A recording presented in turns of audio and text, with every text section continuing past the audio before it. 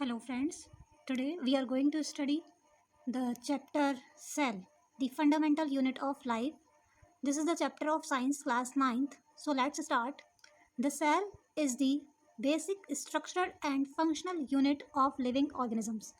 तो सेल क्या है? Structural and functional unit of living organism. Structural क्यों है? क्योंकि जो भी स्ट्रक्चर होती है किसी ऑर्गेनिज्म की वो किससे मिलकर बनी हुई है? सेल से.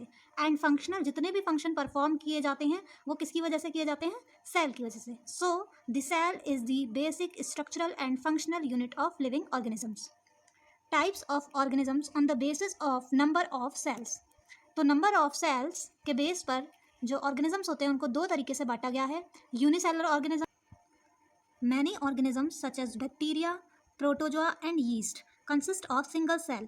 For example, amoeba. तो जितने भी ऑर्गेनिज्म जो सिंगल सेल से मिलकर के बने होते हैं वो हमारे यूनिसेलुलर ऑर्गेनिजम्स कहलाते हैं. जैसे कि अमीबा, यूनि का मतलब होता है एक और एक मतलब कि जो सिंगल सेल से मिलकर के बने होते हैं. नेक्स्ट हमारा है multi cellular organisms. Multi cellular organism, multi means बहुत सारी. ऐसे ऑर्गेनिजम्स जो बहुत सारी सेल्स से मिलकर के बने हों वो मल्टी सेलुलर ऑर्गेनिजम्स कहलाते हैं. More complex organisms are composed of collection of cells. तो जितने भी कॉम्प्लेक्स ऑर्गेनिजम्स होते हैं वो किससे मिलकर के बने होते हैं? बहुत सारी सेल्स से मिलकर के बने होते हैं और इनकी जो लाइफ स्पैन होती है वो लंबी होती है. For example human, trees, animals and etcetera. Cell biology. Cell biology या साइटोलॉजी. तो cell biology is the study of cell in all aspects of structure and functions. Cell biology या साइटोलॉजी क्या है? साइंस की वह ब्रांच जिसमें हम sales की स्टडी करते हैं. Next, discovery of cells. Discovery of cells. तो सेल्स की डिस्कवरी सबसे पहले रॉबर्ट हुक ने 1665 में सेल्स को देखा.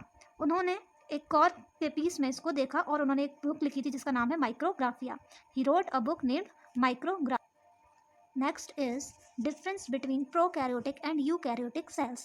This is the type of cells. So first is prokaryotic cells.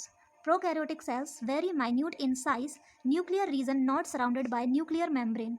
Nuclear membrane is absent, single chromosomes present. For example bacteria. तो prokaryotic cells वो सेल्स होती हैं जो साइज़ में बहुत छोटी होती हैं और इनमें न्यूक्लियर रीजन जो होता है वो एब्सेंट होता है, यानी कि न्यूक्लियर मेम्ब्रेन एब्सेंट होती है और सिंगल क्रोमोसोम्स प्रेजेंट होते हैं. For example bacteria. प्रो का मतलब होता है प्रिमिटिव एंड कैरियोटिक मीन्स होता है कैरियन, दैट मीन्स न्यूक्लियस, जिसमें न्यूक्लियस क्या होता है वो एब्सेंट होता है. Next, eukaryotic cell. Eukaryotic cells large in size, nucleus surrounded by nuclear membrane, more than 1 chromosomes are present. तो यूकैरियोटिक सेल्स क्या होती हैं?